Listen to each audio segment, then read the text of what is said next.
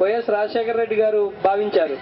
కానీ దురదృష్టవశాత్తు పరిష్కరించాలి అని మంచి లక్ష్యంతో పనిచేస్తూ మరి ఈరోజు ఎంతమందికి అయితే పావుల వడ్డీలు ఇవ్వాల్సి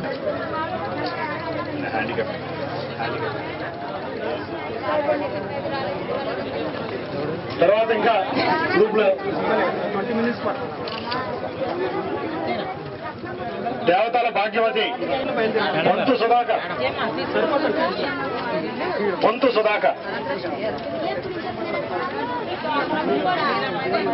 సుధాకర్ టెంపరీ అమ్మ మిగిలిన వారు